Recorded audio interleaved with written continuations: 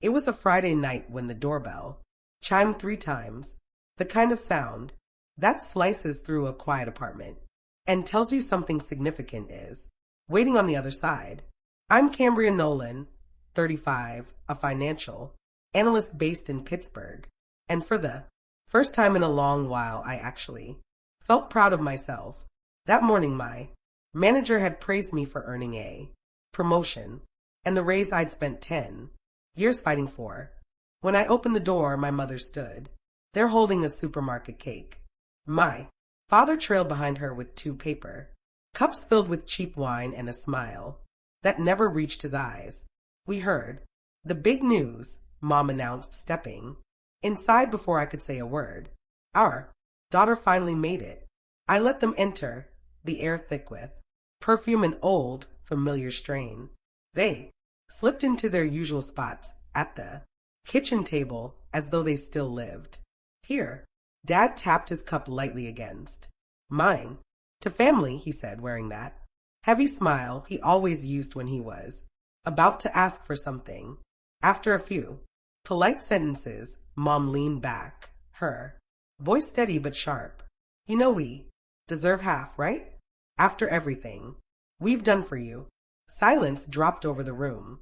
I watched the second hand on the wall clock sweep past the 12, those 3 seconds stretching like an eternity. Then I stood, walked to the counter, and picked up the envelope I had prepared in advance. I set it gently in front of them. They opened it.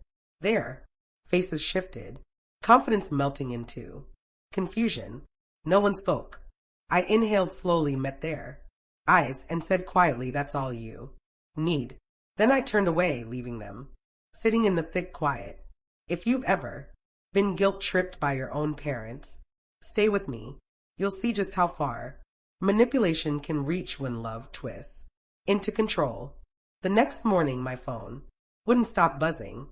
At first, I assumed it was a flood of work messages, maybe a team update or a reminder from my manager. But the screen lit up so bright with notifications it almost hurt my eyes. There were more than 50 alerts from social media, and the moment I opened one, my chest tightened. Mom had written a long Facebook post about me, complete with old photos and carefully chosen words meant to cut. It started with some children forget who raised them once they start earning money, and ended with no parent deserves to be treated like this. Within hours, her post had spread through half the Pittsburgh neighborhood pages. People I barely remembered were sharing it, adding their own disappointed or pitying remarks. An old neighbor wrote, "I always knew she thought she was better than everyone." My mother's friends filled the comments with hearts and prayer emojis, calling her a saint. Each sentence, each reaction felt like a tiny public courtroom I never agreed to enter. When I arrived at the office, the air felt heavier than usual. Conversations faded when I walked by, and I could feel eyes lingering, curious and judgmental. During lunch, my HR supervisor asked me to step into her office for a quick talk. The blinds were half closed, her tone gentle but intentional. "Cambria, I don't want to pry," she began. "But is everything okay at home?" The question sounded caring, but beneath it sat the weight of workplace gossip. I nodded, forced a smile, and said I was fine, though my stomach twisted like something sour was sitting inside me. Back at my desk, my phone lit up again. A text from Dad. His messages always read like lectures, long, emotional, heavy. This one was no different. He wrote about loyalty, about how children owe their parents everything. "After all we've done for you, this is how you treat us?" The message said. It stretched on for several paragraphs, each line packed with guilt, until the final sentence appeared. "You'll regret this." I stared at the sentence until the letters smudged together, unsure whether I was furious or simply drained. Later that afternoon, a neighbor sent me a picture. It showed my mother outside my apartment building, clutching a tissue, mascara streaked from her tears, while someone filmed her from across the street. She had, of course, turn misery into a spectacle, and the internet was her audience. I flipped my phone face down on the table and just sat, wordless. Laughter drifted faintly from somewhere outside my window, but I couldn't tell if it was real or just my imagination filling the silence. That evening, as the sky faded into a washed-out blue, my phone rang again. For a moment, I assumed it would be another message from Mom or Dad. But when I picked up, it was my grandmother, Eleanor Nolan. Her voice held a calmness I hadn't heard all day. "Let them talk," she murmured. "The truth will outlast the noise." She didn't pry, didn't request explanations. She didn't scold or try to soothe me with empty cliches. She simply reminded me, in her gentle and unwavering way, that sometimes quiet carried more strength than the chaos around it. When the call ended, I sat there in the dim light of my living room. The stale scent of last night's wine clung to the air, blending with the bitter smell of cold coffee.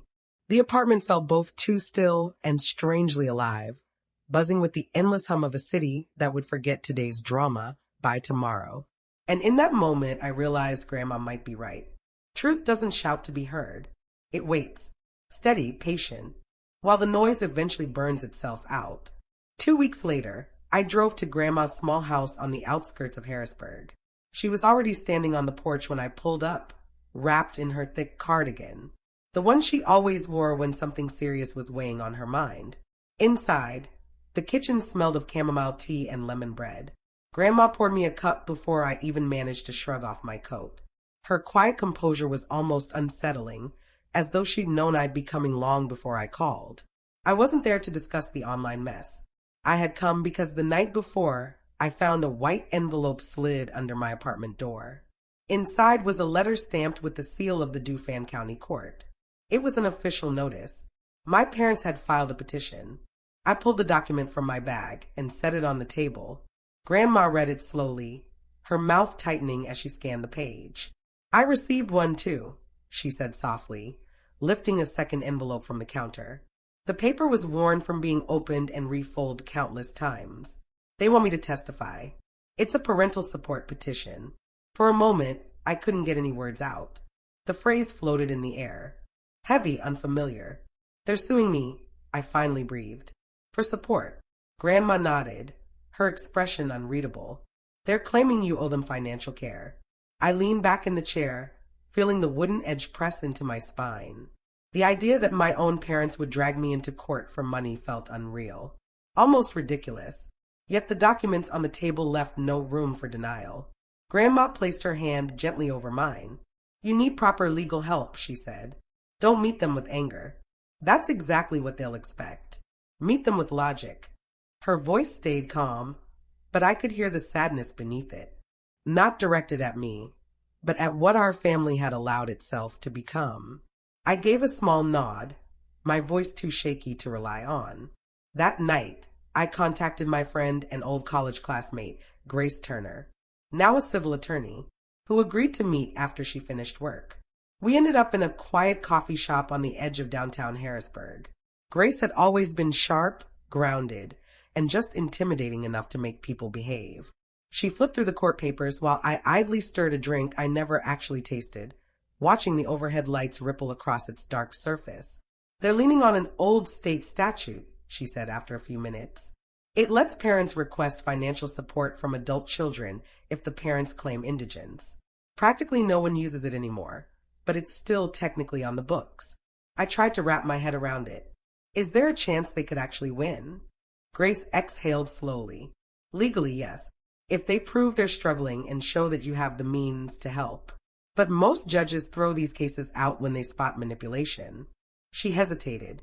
"Still, if this becomes public, it could damage your professional reputation. People skim headlines. They don't always look deeper." A throbbing pressure grew behind my eyes. "So, this isn't just about money. They want to humiliate me." Grace gave a solemn nod. "They want control, not fairness. People like them don't take rejection lightly." Outside, evening had settled over the city. Street lights shimmered against a thin curtain of rain. Grace reached across the table. "I'll handle this with you," she said, "but you need to stay steady. No social media posts, no reactions, no contacting them. Let the legal system answer for you." Her voice held the same firm gentleness a doctor uses when telling a patient they absolutely must rest. On my drive home, the wiper slid back and forth in slow, predictable motions, almost mirroring my heartbeat. For the first time, it hit me. This wasn't a family dispute anymore. It was a legal battle, and my parents were prepared to drag me through every step. But Grandma's words remained in the back of my mind, quiet but unshakable. Don't fight with anger. Fight with logic. By early spring, a white court envelope landed in my mailbox. It was thin but felt strangely heavy, as though every ignored conversation had settled inside it. The notice ordered me to appear in court in 2 weeks. The message was printed in stark, emotionless black ink. You are required to appear before the Dauphin County Court in response to a parental support petition. Beneath it, my parents' names appeared in bold, rigid letters, formal and distant, like they belonged to strangers rather than the people who raised me. I sat at my kitchen table and reread the notice over and over, looking for some hint that it wasn't real. But it was. Inside the envelope was a packet titled Evidence submitted by the petitioners. My hands trembled as I opened it. The first pages showed screenshots, text messages supposedly from me, promising monthly financial support. The timestamps were recent. The wording sounded warm, respectful, but I had never written them. The phone number was almost identical to mine, off by just 1 digit. When I met Grace the next morning, she was already pacing her office, a full cup of coffee untouched beside her laptop. They forged evidence, she said after reviewing the packet. This has crossed the line from manipulation into something much worse. It's fraud. Her words ricocheted through me. Within seconds, Grace was gathering every legitimate message I'd ever exchanged with my parents. I sent her my full text history, call logs, and old emails. She told me to request my phone carrier's records too, to prove that fake number never belonged to me. Following her guidance, I pulled together my pay stubs, bank statements, and tax documents from the last 5 years. Each file slipped into a thickening binder marked defense. Grace worked with the calm intensity of someone who never missed a detail. Methodical, unwavering, almost surgical. They're trying to paint you as someone who walked away from them, she said. So we'll prove you've been independent, responsible, and truthful. Facts don't lie. They leave tracks. That weekend, Grandma called. Her voice wavered, even though she tried to sound steady. I wrote a letter to the court, she said. They asked for my statement, so I told them exactly what happened. That you left home at 18, put yourself through college, and never once asked us for help. A tight knot formed in my throat. Grandma never exaggerated, never dramatized. Her honesty had a quiet strength that always hit deeper than shouting. Thank you, I whispered, even though it felt far too small. 2 days later, an anonymous email landed in my inbox. Subject, last chance. The message was only 1 line. Pay up or we'll ruin you. No name. No traceable address. Just a cold threat staring back at me. My heart lurched, but fear quickly sharpened into something steadier. Resolve. I screenshot the message, attached it to a new email, and sent it to Grace with the note. Add this to the file. That night, rain hammered against the windows as I sat on the couch, combing through each document again. My living room looked like a command center. Folders covering the floor, color-coded Post-its sticking out at odd angles, a tower of legal printouts beside my laptop. Yet somehow, in the middle of all that chaos, a surprising calm settled over me. I wasn't fighting alone anymore. Grace was leading the charge. Grandma had stepped forward, and the truth, quiet, patient, undeniable, was finally speaking for me. When I closed the binder labeled Defense, Cambria Nolan, I let out a long breath. The court date was drawing near, but for the first time, I didn't feel like a character in their version of events. I was preparing to tell my own. The courthouse smelled like paper and nerves. The air carried a mix of disinfectant, whispered conversations, and the steady tick of reporters' pens. I sat beside my attorney and friend, Grace Turner, at the defendant's table, my palms pressed flat against the cool surface to steady myself. The room was nearly full. A few local reporters lingered near the back, murmuring as they aimed their cameras at my parents. They looked smaller than I remembered, but their presence still seemed to ripple tension across the room. When the bailiff called the court to order, the judge stepped in. A tall man with silver hair and weary eyes that had clearly seen too many shattered families before this one. He scanned the room, nodded to the clerk, and the proceedings began. This hearing addresses the petition for parental financial support filed by Howard and Linda Nolan against their daughter, Cambria Nolan. Hearing my name spoken in that cold, official cadence made my stomach clench. Mom spoke first, a tissue crumpled in her hand, her voice quavering in a way that felt scripted. "Your Honor," she began, "we gave her everything. Her education, her opportunities, her future. And she abandoned us when we needed her most." Her voice broke mid-sentence as she dabbed at her eyes, while Dad rested a comforting hand on her shoulder, a portrait of quiet grief. A few people in the gallery murmured softly, their sympathy drifting toward her like dust in the sunlight. Grace stood composed when the judge invited her to speak. "Your Honor," she began, "my client has been financially self-sufficient since turning 18. The petitioners are not in need. Nor are they unsupported," she continued. "They still own 2 properties in Allegheny County, one of which generates rental income. Both also receive Social Security and retirement benefits. The claimed financial hardship is unsubstantiated." Her tone was calm but unwavering, each word precise, slicing through the room's tension. The judge furrowed his brow and turned toward Mom and Dad. "Do you have documentation of your financial standing?" he asked. Mom hesitated, then slid a folder across the table. Grace leaned forward to examine it. "These appear to be current bank statements," she said. "However, I see recurring rental deposits listed here. That confirms property income." A hush fell over the courtroom. Mom's hand shook slightly as she tried to speak, but the judge raised a hand, silencing her. The clerk announced the next witness. The courtroom doors creaked open, and my grandmother, Eleanor Nolan, stepped in slowly, relying on her wooden cane. Every sound seemed to fade as she approached the stand. Sworn in, her voice was soft yet steady. "They have depended on her since she got her first job," she said, her gaze fixed firmly on the judge. "I love my son and daughter-in-law, but truth is more important than comfort. She never owed them anything beyond respect, and she has given them that in abundance." Her words struck like lightning. Mom's face flushed crimson. Dad looked down, avoiding the judge's eyes, while the judge scribbled a few notes before setting his pen aside. Grace handed him a final document, the one sealed months earlier in the first envelope. "This," she said, "is a notarized declaration of financial independence signed 3 years ago by both parties, confirming that Ms. Nolan has no continuing financial obligation to her parents. It was drafted by a prior attorney at their request to protect her income when she first started working." The judge read the document, adjusted his glasses, and nodded. "In light of this, the court finds the petition not only baseless but deceptive. The case is dismissed. Furthermore, the petitioners are fined for submitting falsified evidence." The gavel struck once. Firm, final. As murmurs rippled through the room, I glanced at my parents. Mom's tear-streaked face had hardened into something cold, a mix of fear and resentment. Dad avoided meeting my eyes entirely. I rose slowly, legs steady, voice silent. Grace gathered our papers, and Grandma gave me a small, proud nod from across the aisle, calm and endlessly weary.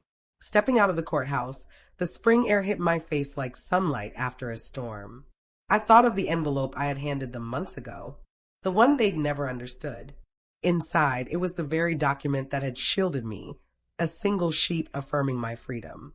Not from family, but from manipulation.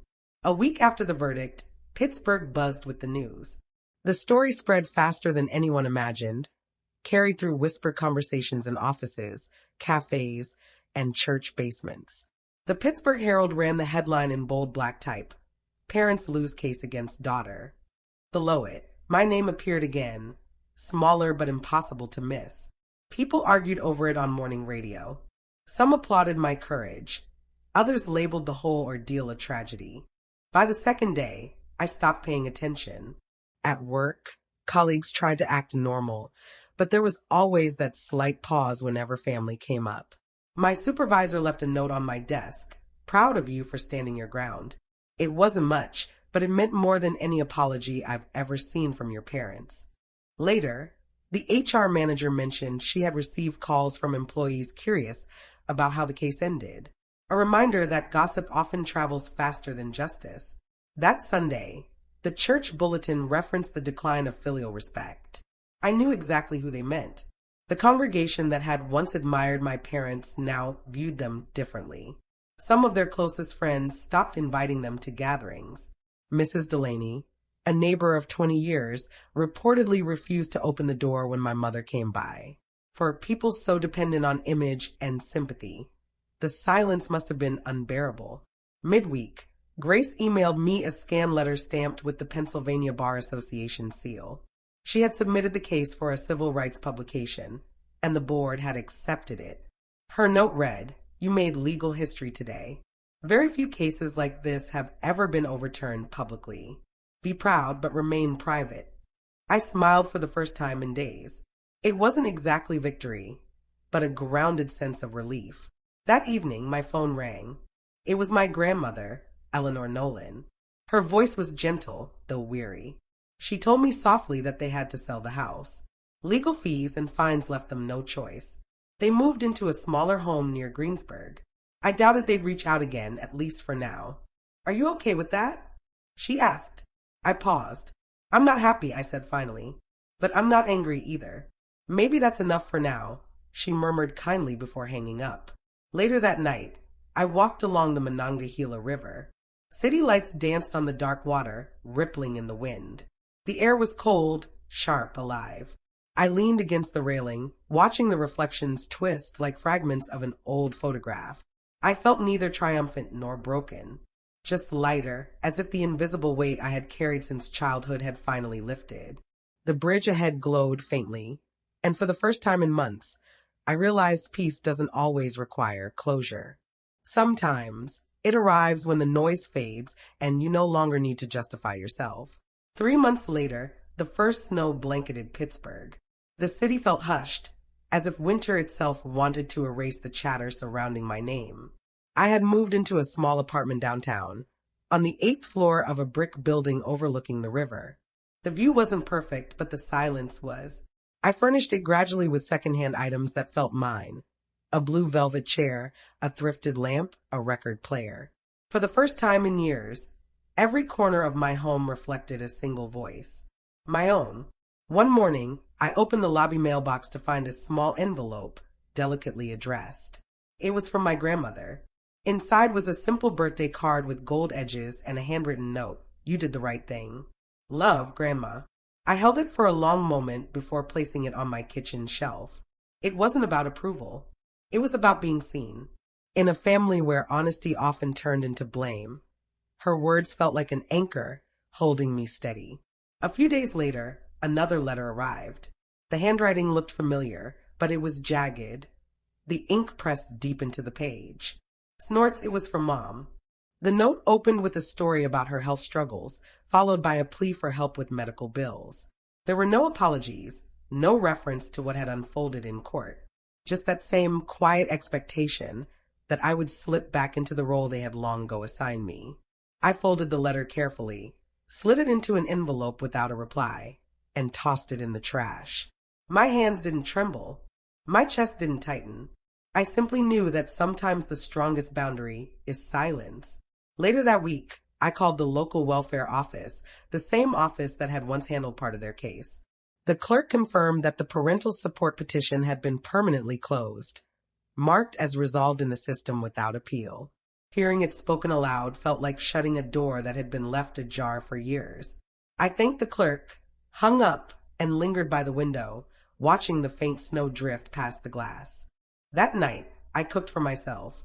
Nothing elaborate, just pasta with garlic and olive oil, a glass of red wine, and soft jazz spinning on the old record player. The music filled the apartment like warmth flowing through the walls. For the first time, I didn't feel like someone who had merely survived. I felt like someone who had finally learned what it meant to live. Outside, snow piled on the railings and rooftops, muffling the usual city noise.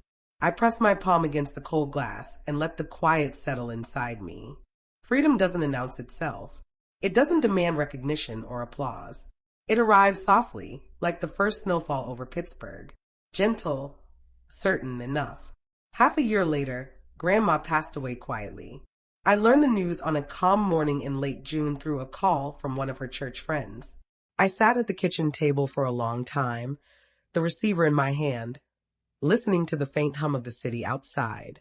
Grief didn't overwhelm me all at once. It crept in slowly, like mist rolling across an open field. The funeral was small, tender, held in the same church where she had sung in the choir for decades. People came not to mourn, but to honor a woman whose quiet generosity had never demanded recognition. When my turn came to speak, I unfolded the letter she had left behind. Her handwriting was steady, each word chosen with care. Love isn't a bargain. It isn't something earned through sacrifice or tallied by what you give. True love is the freedom to care without keeping score. My voice shook halfway through, but I kept going until I finished. The silence that followed felt sacred. Among her final wishes, my grandmother had entrusted me with her little house near Greensburg. The real estate agent assured me it could sell quickly. The market was strong. I didn't hesitate. Within a month, I sold it and donated every penny to a local foundation supporting women recovering from financial abuse. Signing that check felt like the purest way to honor her life, not through inheritance, but through carrying forward her quiet strength. During the ceremony, a recorded message of mine played. That first envelope didn't end our bond. It only revealed the truth. Love isn't debt. Some nodded, others wiped tears from their eyes. I meant every word. That envelope, once a symbol of defiance, had become a bridge between who I was and who I needed to become. After the funeral, I returned to my Pittsburgh apartment. Life became simple: work, read, cook, sleep. No calls from my parents came, and I didn't expect any. The silence between us had settled into permanence, and strangely it didn't hurt. I watered my plants, paid my bills, and discovered that peace can take an ordinary shape. Sometimes, walking downtown past the courthouse, I slowed my pace. The building stood solemn under the gray sky, its stone exterior cold yet certain. Grandma's words still echoed in my mind. Courage has quiet footsteps. Her final lesson lingered. Bravery doesn't always roar. Sometimes it simply keeps moving when everyone else has stopped. I no longer looked back with anger or pity. Life moved forward, and so did I. In the quiet rhythm of my days, bitterness had vanished, replaced with understanding.